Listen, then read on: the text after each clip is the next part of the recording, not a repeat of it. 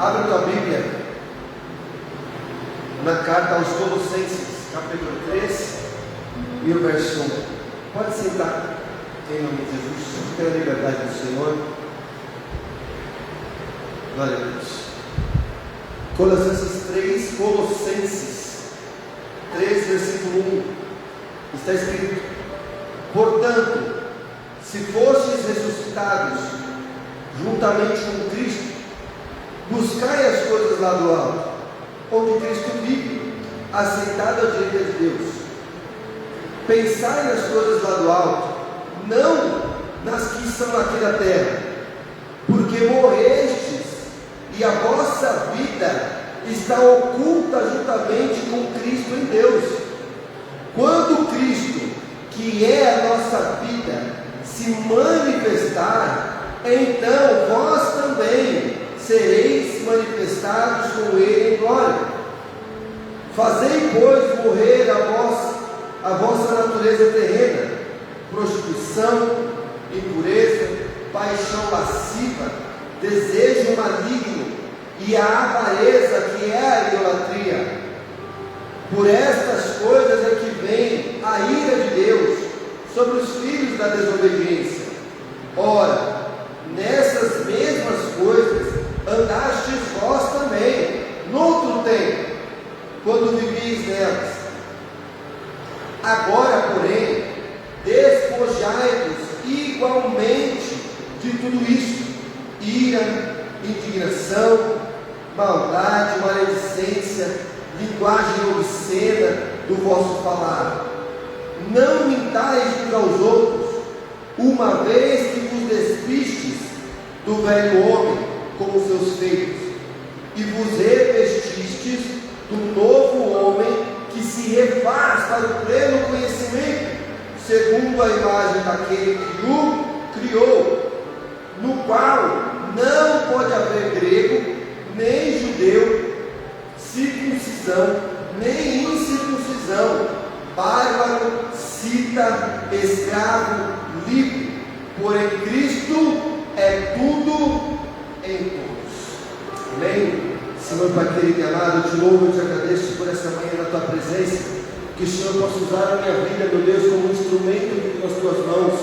Fala com o teu povo, meu Deus, assim como o Senhor tem falado ao meu coração, e que nós possamos nessa manhã ser edificados pela tua palavra, e assim, Paizinho, sermos aperfeiçoados até atingirmos a estatura do varão perfeito, que é Cristo Jesus. Amém e amém. Amém, queridos? Glória a Deus. Aplauda o Senhor no teu lugar. Glória a Deus. Amém.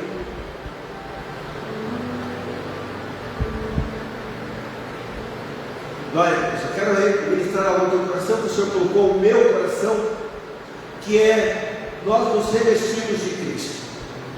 Amém? Nós vamos e precisamos, a cada dia da nossa vida, nos revestir de Cristo. O mundo, que nós vivemos, ele está assim com os seus dias contados. Assim, o relógio está correndo contra esse mundo e contra o mundo da forma como nós conhecemos ele. Nós sabemos disso.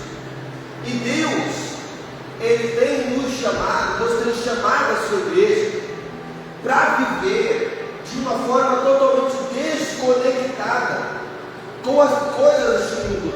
Tem nos chamado a viver de um modo de vida diferente do modo de vida que esse mundo pratica. Por quê?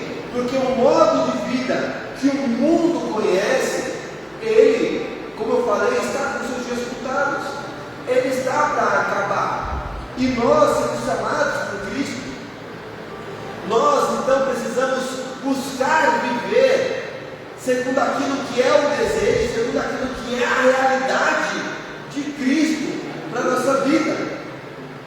Só é possível entender que esse mundo ele está com os seus dias contados aquele que está em Cristo. Só aquele que está em Cristo, ele consegue entender aquilo que tem acontecido, aquilo que está por se revelar, aquilo que está quem está em Cristo, ainda que ele esteja nesse mundo fisicamente, ele não vive segundo os padrões deste mundo. Amém? Até aqui? Glória a Deus. Lá nós vemos no versículo 1 de Colossenses 3: portanto, se fostes ressuscitados juntamente com Cristo, buscai as coisas lá do alto, onde Cristo vive, assentado à direita de Deus. Nós morremos com Cristo para este mundo. Logo, a gente já não pertence a este mundo. Como assim, pastor, a gente morreu para o mundo? Morte, do grego, a palavra morte do grego, ela significa separação. Antes, nós estávamos separados de Deus, por causa do pecado de Adão, que gerou a morte. Que morte que é essa? É a separação do homem de Deus. Agora, nós ainda estamos mortos, só que não para Deus. Agora, para Deus, nós estamos vivos em Cristo. Agora, nós morremos para o mundo. Por quê? Porque nós somos separados. Há uma separação. Aquele que está em Cristo, ele foi separado deste mundo. Ou seja, se eu morri para este mundo, a influência de uma pessoa que morre fisicamente, no que as políticas deste mundo vão influenciar na vida daquela pessoa que está morta, no que as preocupações dessa vida, a pessoa que morreu, ela vai se preocupar em pagar boleto? Não vai se preocupar em pagar boleto, né? A pessoa que morreu, ela vai se preocupar de ter que ir no médico? Ela não vai se preocupar de ter que ir no médico. Por quê? Porque essas são as coisas naturais dessa vida. Não é que você não tem que pagar seu boleto, não. Você ainda vai pagar seu boleto, porque você está aqui nesse mundo ainda, em nome de Jesus. E vai no médico também cuidar da tua saúde, porque o teu corpo é templo do Espírito Santo. Amém? Mas, daquilo que são as verdades e o modo de vida deste mundo, se nós morrermos para o mundo, ou seja, nós nos separamos deste mundo em Cristo, logo essas coisas não podem mais ter influência na nossa vida. Só que essas coisas, elas têm influência sobre nós quando nós não estamos revestidos de Cristo na nossa vida. Porque nós falamos, podemos falar de repente que aceitamos ao Senhor, mas se a gente não reveste a nossa vida da verdade de Cristo, as influências deste mundo continuam a vir sobre a nossa vida. E aí para ser um morto-vivo para este mundo, literalmente. Morto para o mundo porque a gente aceitou Jesus, mas vivo para o mundo porque a gente não se reveste de Cristo. É como se fosse um zumbi espiritual andando e batendo por essa terra. Mas o Senhor está nos chamando à consciência de que Ele tem algo totalmente maravilhoso e superior para a nossa vida. Ainda que nós estejamos vivendo nessa terra, nós não fomos chamados mais para viver segundo os padrões dessa terra, mas nós fomos chamados a viver segundo o padrão de Cristo. Cristo, Ele veio à terra, Ele se tornou carne, Ele andou entre nós, em carne e osso, sangue correndo na veia dele, ele comia pão, ele bebia água, ele ia no banheiro, ele fazia tudo isso de ser humano normal. Só que ele não viveu segundo aquilo que era o padrão do mundo, mas ele vivia segundo aquilo que era o padrão de Deus para ele. Lá na carta de Tiago, no capítulo 4, no versículo 4, eu deixei anotado, aqui está escrito. Tiago escreve para a igreja: infiéis, não compreendeis que a amizade do mundo é inimiga de Deus? Aquele, pois, que quiser ser amigo do mundo, constitui-se inimigo de Deus. Ou seja, eu posso falar que eu amo a Deus, mas se ainda assim eu buscar viver segundo o modo de vida do mundo, não é assim. Não existe uma terceira escolha, tá? Quando a gente fala da nossa caminhada espiritual, só existem duas escolhas: ou a gente caminha com Deus, ou a gente não caminha com Deus. Quando eu falo assim, eu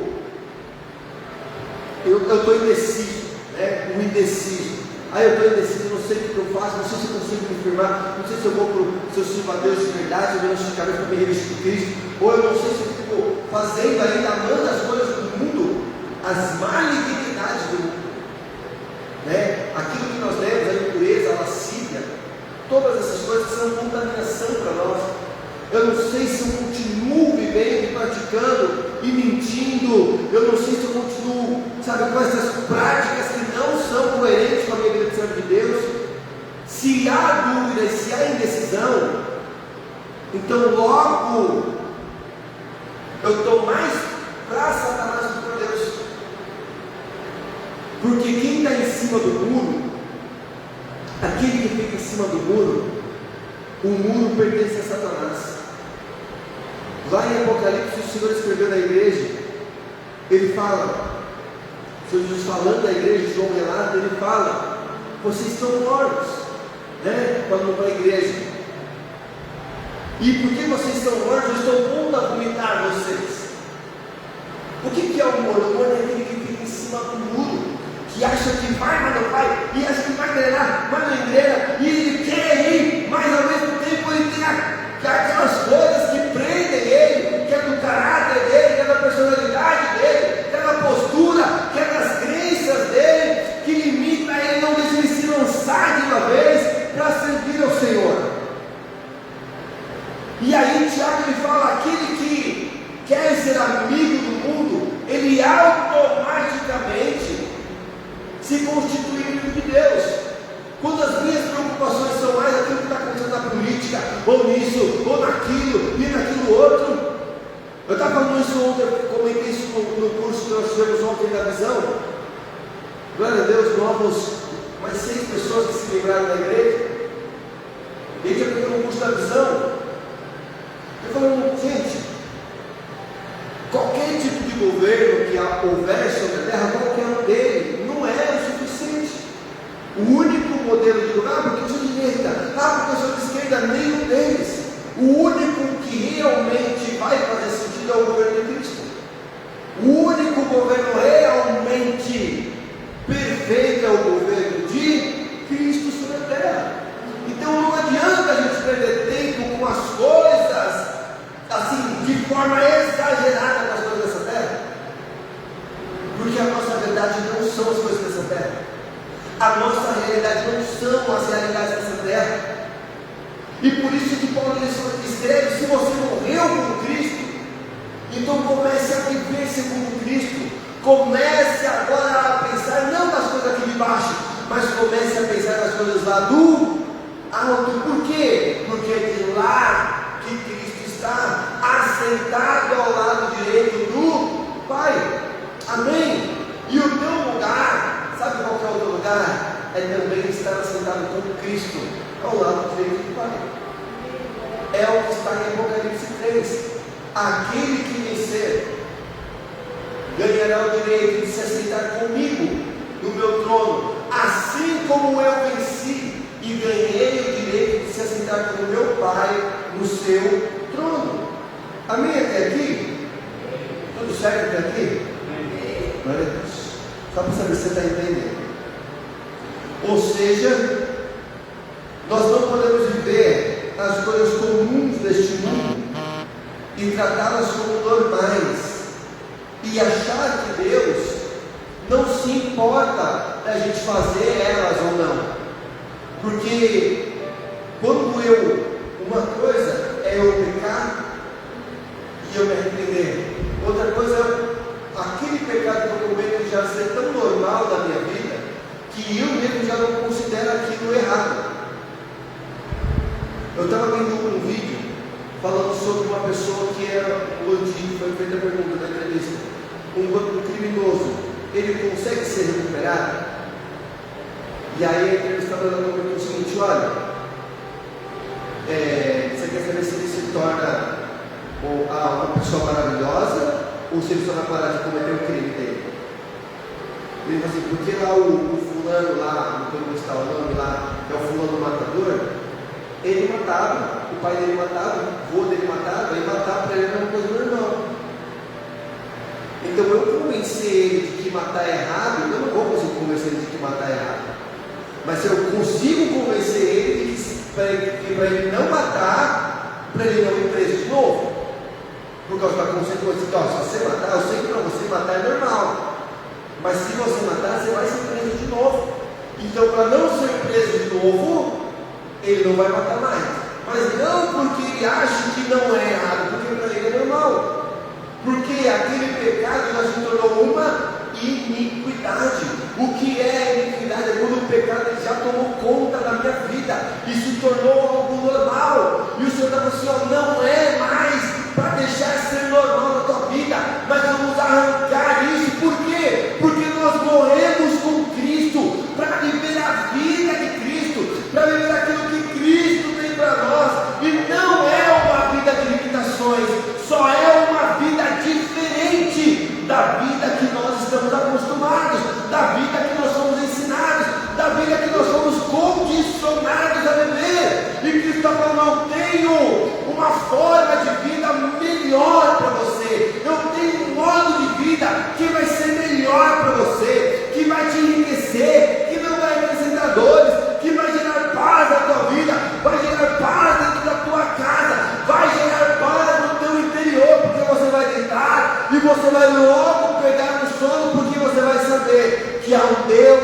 que cuida da minha vida, há um Deus que cuida da tua vida, e esse Deus está te chamando a viver de forma plena o modo de vida que eu tenho para você, e as influências deste mundo não vão mais roubar a tua paz, roubar a tua tranquilidade e o teu prazer em viver, porque você sabe que o teu prazer não está mais nessa terra, mas está na vida eterna que o Senhor tem reservada para você. Glória a Deus, adora o Senhor.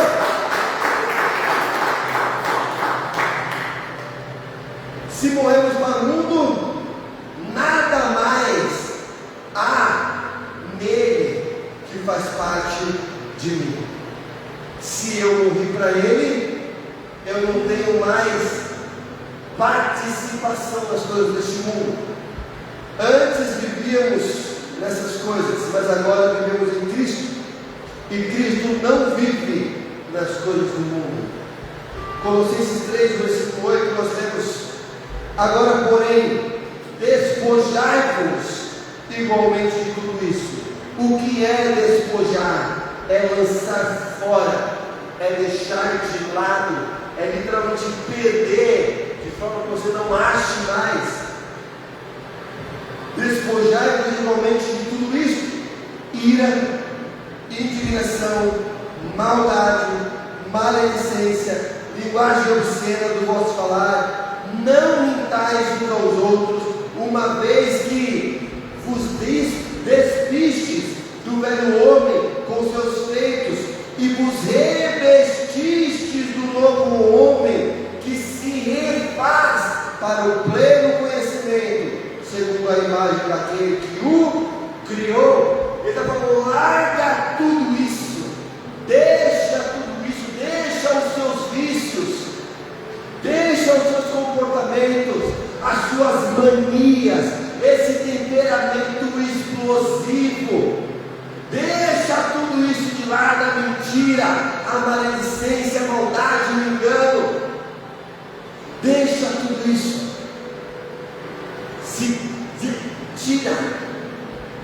Mas se despir de tudo isso, para se revestir do novo homem, que é a imagem daquele que o criou. Ou seja, você deixa tudo isso de lado, porque você só vai poder se revestir. Quem é que tem o hábito de colocar, você colocou, vamos lá, um tipo de roupa e você colocou outra roupa por cima? Eu não estou querendo dizer assim, no dia de frio você colocar duas blusas, porque as duas blusas é para frio, né? Mas quem coloca uma roupa social, aí por cima da roupa social você coloca uma roupa esporte? Quem faz isso? Tem alguém aqui? Ou quem colocou uma roupa esporte, ela colocou uma calça jeans e por cima da calça jeans colocou uma calça social? Eu conheço algumas pessoas que colocam duas calças jeans juntas, já vi. Deus, é que saiu de moda, mas antigamente, misericórdia, deu pra quê? Mas ainda assim é o mesmo tipo de roupa. Por quê? Porque eu não posso, nem espiritualmente, estar vestido com as vestes desse mundo e querer me revestir com a veste do Senhor. Eu não posso mais, porque antigamente, antes do sacrifício de Jesus, quando o homem pecava e ele ia até o templo para apresentar o seu sacrifício, ele sacrificava aquele óleo, colocava sua mão sobre a cabeça do animal. Ele sacrificava aquele animal para que o pecado dele fosse imputado sobre aquele animal. O pecado dele não era perdoado. O pecado dele simplesmente era encoberto. Assim como o homem, Adão e Eva, quando pecam no jardim, e o Senhor precisa fazer para eles roupas de animais para cobrir o pecado deles, cobri-los, né? Que era o pecado deles. Da mesma forma, o homem não tinha o perdão do seu pecado, ele só encobria. Era como se ele estivesse com uma roupa de pecado e cobrisse ele com uma outra roupa daquele sacrifício, para encobrir o pecado dele diante de Deus. Agora o nosso pecado ele não é mais encoberto.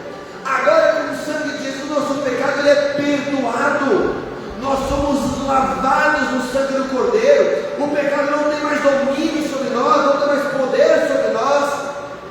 Quando eu trago sobre a minha vida o poder do sangue de Jesus. Só que, para que eu possa me revestir de Cristo, não basta eu simplesmente pedir perdão do pecado. Eu preciso lançar o pecado fora da minha vida. Eu preciso ir arrancar ele da minha vida por completo. Pastor, mas não dá para arrancar o pecado totalmente da minha vida de uma hora para outra? Não dá. Mas você consegue tirar todo dia um pouco. Você consegue todos os dias fechar as brechas da tua vida. Você consegue todos os dias buscar força em Deus para vencer aquilo que tem te vencido, para vencer os teus vícios, para vencer aquilo que tem te aprisionado, aquilo que tem te imitado, aquilo que tem te roubado. Ah, pastor, eu pego todas as vezes que eu entro na internet, porque você já sabe que você não pode entrar na internet se você estiver sozinho. Já que está sem mão, eu vou tirar ele perto de mim. Ah, eu sei que se eu passo pela rua tal, eu vou pecar por causa disso, por causa daquilo. Ou se eu assistir a programação tal, eu sei que eu vou pecar, então é melhor. Jesus ensina. Se o meu olho me faz pecar, se o olho direito me faz pecar, então é melhor que eu arranque o meu olho direito e lance fora, para que eu entre no reino dos céus, caolho, do que com os dois olhos eu ser lançado no inferno. Mas se a tua mão direita te faz pecar, então é melhor você arrancar a tua mão direita e jogar ela fora, e entrar no reino do céu, maneta, do que com as duas mãos você ser lançado no inferno. É uma hipérbole que Jesus está usando aqui, ou seja, ele está pegando uma situação e exagerando ela para trazer a consciência. O que te faz pecar? Arranca isso da tua vida. Você não vai conseguir se revestir de Cristo enquanto isso estiver na tua vida. Você não vai conseguir se revestir de Cristo enquanto o teu prazer estiver no pagode lá fora, na roda de samba, estiver na clotonaria, na prostituição, na pornografia, no adultério, na mentira, né? A gente fala, quando fala de pecado, quando a pessoa vem no adultério, prostituição, mas a mentira, e a mentira é tão poderosa, se dizendo em questão de pecado, que o diabo ele é conhecido como o pai da mentira. Porque ele usa a mentira de todas as formas para nos enganar, a tal ponto que a gente usa a própria mentira para nos enganar. Não, eu paro a hora que eu quiser. Já viu a pessoa que tem um vício? Não, eu paro a hora que eu quiser. Não para agora. Não, agora eu não quero. agora sim, do nada, agora. Você me pegou, né? Aí você não quer, né? Ou seja, a mentira, ela vem sobre mim e ela faz com que eu mesmo me engane, achando que eu tenho domínio sobre aquilo, quando na verdade eu sou escravo daquela situação. E todos os pecados, na verdade, que a gente vem a cometer, quando a gente não se arrepende, na verdade a gente mentira para a gente mesmo. De que não, eu vou conseguir, não, se uma hora eu paro, eu só vou até ali. Não, agora que eu cheguei aqui, não, só mais um pouco. Sabe, o despertador do toque para só mais 5 minutos? É mais ou menos a mesma coisa. Quem é que consegue tocar o despertador e já levantar de única vez? Não, ninguém. Oh, Jesus. Eu também não. Mas assim, tudo isso, todo esse domínio da nossa vida, eu creio que em nome de Jesus, a partir de hoje, o Senhor está nos dando autoridade. O Senhor está nos dando autoridade sobre tudo aquilo que estamos te dominando a partir de hoje. E a partir de hoje você vai começar a trazer a tua consciência tudo aquilo que está te impedindo, te limitando de mergulhar em um relacionamento sincero e mais profundo com o Senhor. E o Espírito Santo de Deus que está na tua vida, não é o que o pastor está falando aqui, ele vai te convencer todos os dias do pecado, da justiça e do juízo. E assim você vai começar a viver um novo patamar de vida para a glória de Deus, em nome de Jesus. Amém? Glória a Deus. Lá em Gênesis, no capítulo 4, versículo 7.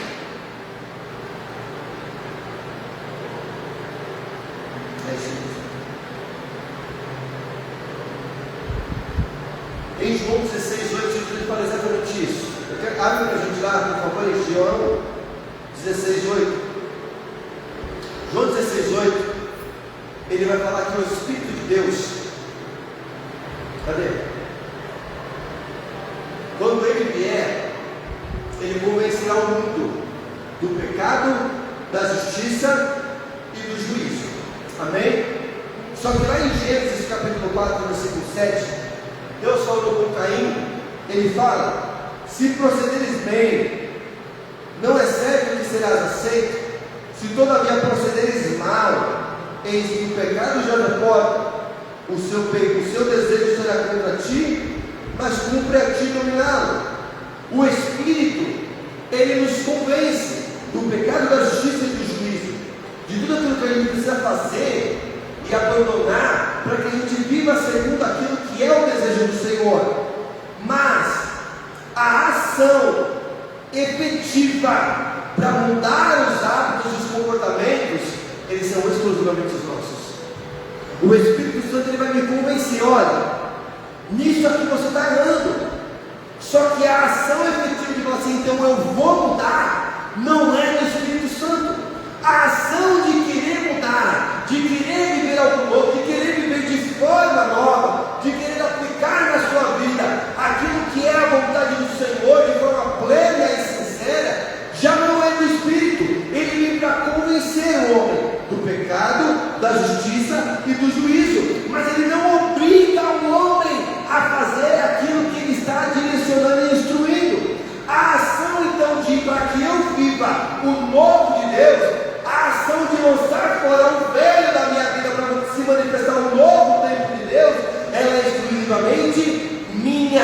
É eu dar ouvidos à voz do Espírito e falar: amém, Espírito, se o Senhor está falando comigo, se o Senhor está me ensinando, então a partir de hoje eu vou me posicionar para viver o novo que o Senhor tem para mim, para a glória de Deus. Amém? Nossa, pastor, mas como que o Espírito faz isso? Ele está fazendo agora, querido.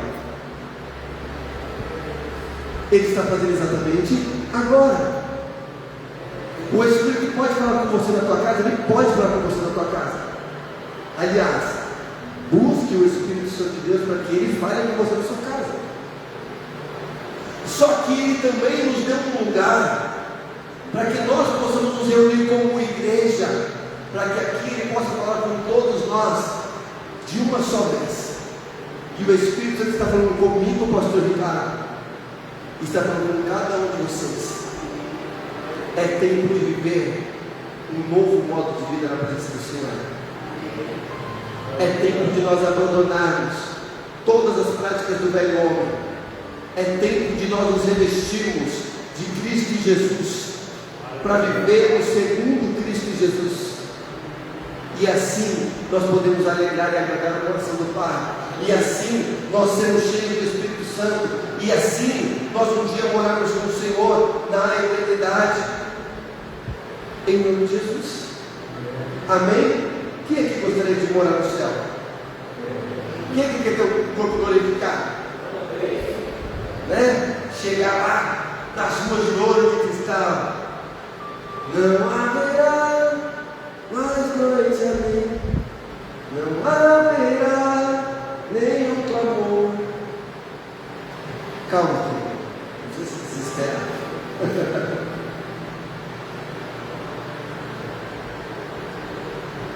Romanos 8,26. Também o Espírito semelhantemente nos assiste em nossa fraqueza, porque não sabemos orar como convém, mas o mesmo Espírito intercede por nós, sobremaneira, com gemidos inexprimíveis. O Espírito vem e nos convence, ou tenta nos convencer, pelo menos, né? Do pecado, da justiça e do juízo. E aí eu falo assim: amém, Senhor, eu vou. Só que nessa que eu for, quando eu começo aí, eu começo a desanimar. Eu começo a ficar sempre, eu faço uma eu tanto com a Coca-Cola, meu Deus do céu.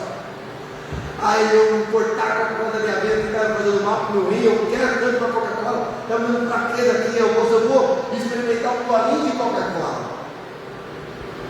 Só uma mordidinha no meu biquíni. E aí o Espírito vem e ele vai nos assistir no nosso momento de fraqueza. Só que ele só nos assiste, ele só assiste no momento de fraqueza aquele que decide dar ouvidos à voz do Espírito.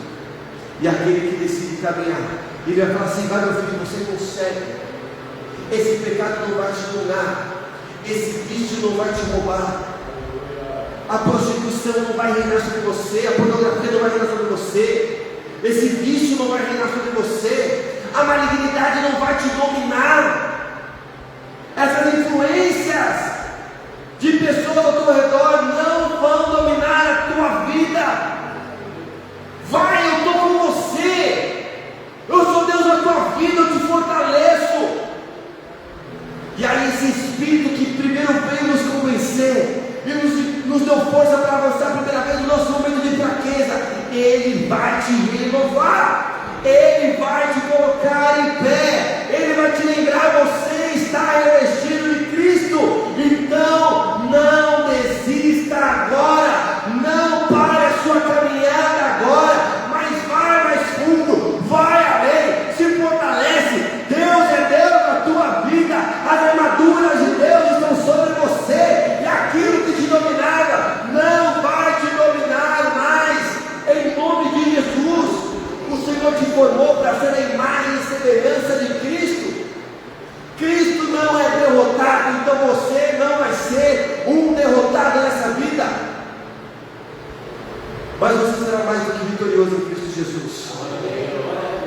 Vai vir a luta e a guerra, a tentação e a promoção, ela vai, mas você está revestido de Cristo, você está revestido pelo Senhor, você está cheio do Espírito Santo de Deus.